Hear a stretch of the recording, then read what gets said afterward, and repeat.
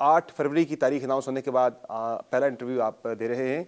ये बताएं सर कि इलेक्शन अब विदाउट एनी मज़ीद इफ्स एंड बट्स इंतखाबात 8 फरवरी को हो रहे हैं और शफाफ इलेक्शन भी आप होता हुआ देख रहे हैं सर?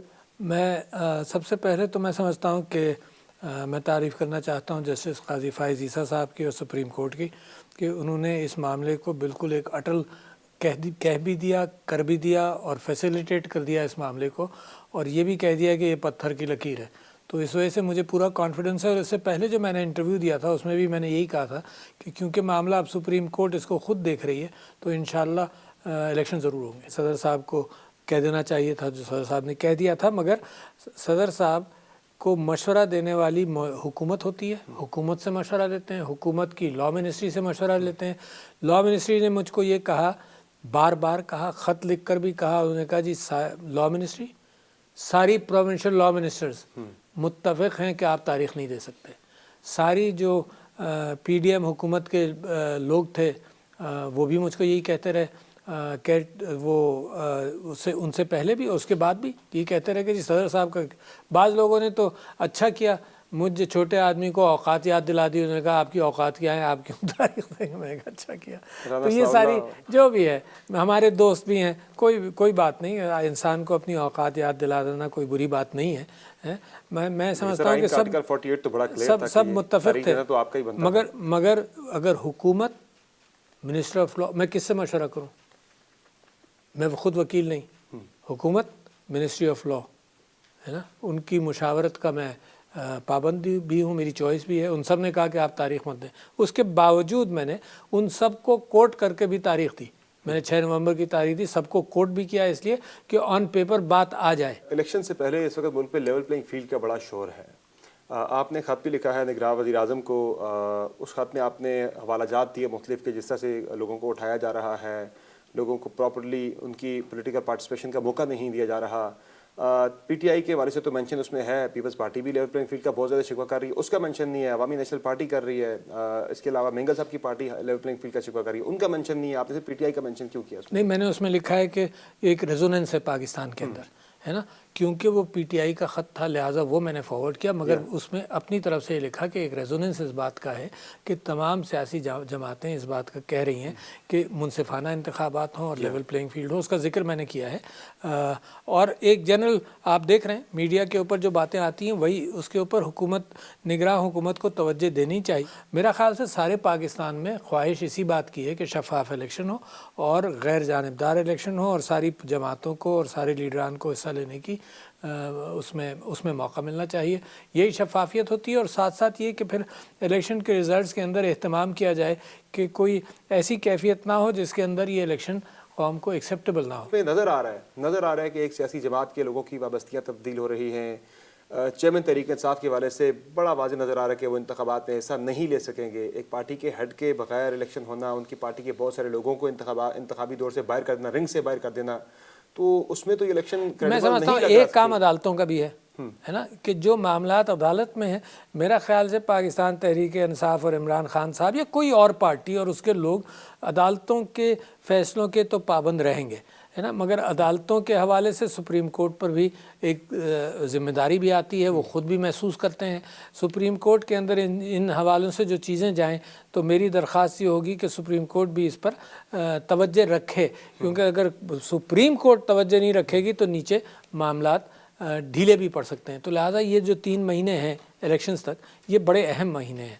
इसके अंदर बेइंतहा ज़रूरी है कि दरगुजर के साथ लोगों को यकजा किया जाए। सर, मकबूलियत और कबूलियत का मसला भी है कि मकबूलियत जितनी भी किसी लीडर की हो वो इतने मैटर नहीं करती, कबूलियत ज़्यादा मैटर करती है। आजकल भी आप देखें कि एक ख़ास सियासी जमात के लिए तासुर बन रहा है कि उसके लिए लेवल प्लेइंग फील्ड ज़्यादा उसके लिए हमवार की जा रही है। मैं PMLN की बात कर रहा हूँ, मैं नवाज शरीफ की बात कर रहा हूँ। आपकी सर बतौर सदर क्या राय है? ऐसा ही आप ही मेरे ख्याल से यही एटीट्यूड नुकसानदेह हो जाते हैं। आपको नज़र आ रहा है सर कि एक ख़ास जमात को फैसिलिटेट किया जा रहा है? मेरा ख्याल से आप अखबार और मीडिया इंशाअल्लाह जब तक आप आज़ाद हैं तो ये चीज़ें हमें बताते रहेंगे। मैं भी अखबार से ही इम्प्रेस होता हूँ कि अखबार क्या कह रही है। आपकी क्या राय है? ऐसा कुछ कि किसी खास जमात को किया जा रहा है? ना, अगर हो रहा है तो नहीं होना चाहिए, है ना। मैं अगर इस वजह से कह रहा हूँ जस्ट टू बी फेयर, है ना, मैं आपसे एक बात ये कह दूँ कि ये this presidency can be neutral looking at things, but on principles it should not be neutral. میں آپ سے یہ کہتا ہوں کہ میں اس معاملے میں نیوٹرل کیسے ہو سکتا ہوں جب میرے خلیفہ یہ کہہ کر گئے کہ میں اس کے لیے اس کا ساتھ دوں. گائیڈنگ پاتھ ہے سر لاڈا صاحب نے کلیم کیا, چونکہ آپ کے والے سے میں چاہوں گا آپ کی اس پہ وضاحت ضرور آئے. وہ یہ کہتے ہیں کہ عارف علوی صاحب کے والے سے بھی جو ہے توشہ خانہ کے معاملات اتنے کلیئر نہیں ہیں, تو are you keeping it clear sir? اس پہ کوئی مسئلہ تو نہیں ہے؟ کلیئر ہے, کلیئر ہے. حفیظ اللہ نئی صاحب نے ایک دعویٰ کیا ہے. کیا انہوں نے دعویٰ کیا, آپ سے مل کے بھی گئے تھے, انہوں نے ایک دعویٰ کیا کہ عارف علوی صاحب جو ہیں وہ نواز شریف کے ساتھ کوئی ملاقات کا ارادہ رکھتے ہیں, کوئی پیغام؟ نہیں, ایسی کوئی بات نہیں, نہ ہوئی ہے نا. اور اگر انہوں نے, میرا خیال انہوں نے یہ دعویٰ نہیں کیا ہوگا, میں نے دیکھا نہیں. اگر انہوں نے کیا ہے تو غلط کیا ہے, میرا خیال انہوں نے نہیں کیا ہوگا, کیونکہ ایسی کوئی بات بھی نہیں ہوئی. اچھا, آپ سب سیاسی جماعتوں کے مل بیٹھنے کی بات کرتے ہیں. اپنے پچھلے انٹرویو میں بھی آپ نے کہا تھا کہ میاں نواز شریف کو سب کو بٹھانا چاہیے ساتھ, ایک ساتھ سب کو لے کے چلنا چاہیے.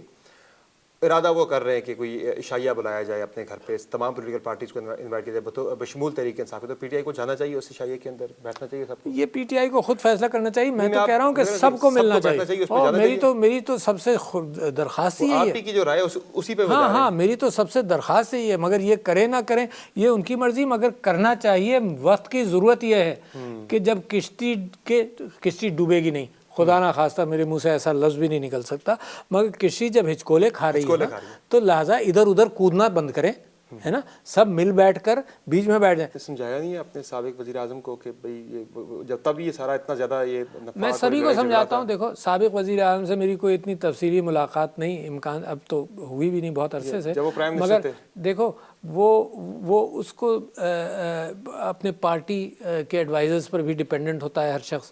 تو میں تو سبھی کو میں ایڈوائز کر رہا ہوں نا, میں تو ہمیشہ جوڑ کے کر بات کرنے کا سب کو ایڈوائز کرتا رہا ہوں. ثانیہ 9 مئی کے والے سے جس طرح سے کارروائی چل رہی ہے, آپ اس سے سیٹسفائیڈ ہیں سر؟ میں سمجھتا ہوں میں نے ثانیہ 9 مئی کو, دیکھو ریہیش کر کے میں کوئی گفتگو کروں جس کے اندر سے میرے الفاظ کہیں پکڑ جائیں, میں ایسا نہیں چاہتا. میں نے ثانیہ 9 مئی کی مذمت کی تھی, اور میں سمجھتا ہوں قانون کو اپنا راستہ لینا چاہیے, بس.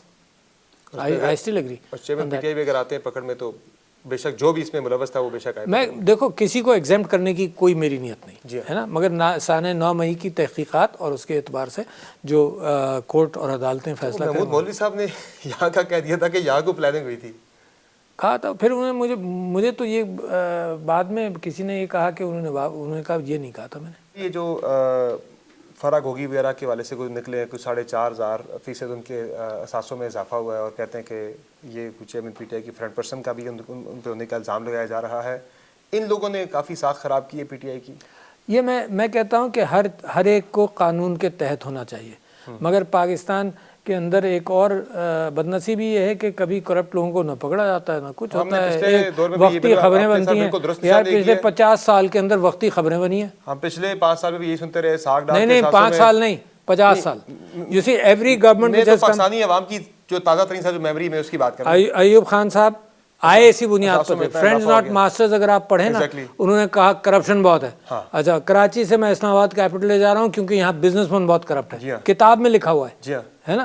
پھر بھٹو صاحب آئے, وہ 303 آفیسرز کو یہ کریں گے وہ کریں گے, پتہ ہی نہیں چلا کہ کیا ہوا, ہے نا. پھر ضیاء الحق صاحب آئے کہ یہ پالیٹیشین اتنا کرپٹ ہے. اسکندر مرزا صاحب کی کتاب میں سے میں نے پچھلے دنوں کوٹ کیا کہ جی یہ اتنا کرپشن ہے. بٹ واٹ ہیپنس, تو آئی ایم جسٹ, یہ تو اکاؤنٹیبلٹی کی بات اب میں ٹی وی پر کرنے کے لیے تیار نہیں ہوں, بلکہ میں تو اتنا تھک گیا ہوں اس چیز سے کہ میں تو کہتا ہوں کہ اب آگے چلو یار, آگے روک دو کم سے کم. جو کیا ہوتا ہے وہ ایمنسٹی, اسٹریٹجک پاز آپ اسے کہہ سکتے ہیں, اسٹریٹجک پاز دے دو, آگے چلو بھائی. یہی کرتے رہو گے, اور کبھی اس کا اگر مجھے ذرا سا بھی کانفیڈنس ہو جائے نا کہ یہ ہو جائے گا, شفاف ہوگی بالکل, تو میں تو 100% تحریک انصاف کا بنیاد یہی تھی, 100% اکاؤنٹیبلٹی. مگر یہ کہ ملک کے اندر ویسٹڈ انٹرسٹ نے انشور کیا کہ نہ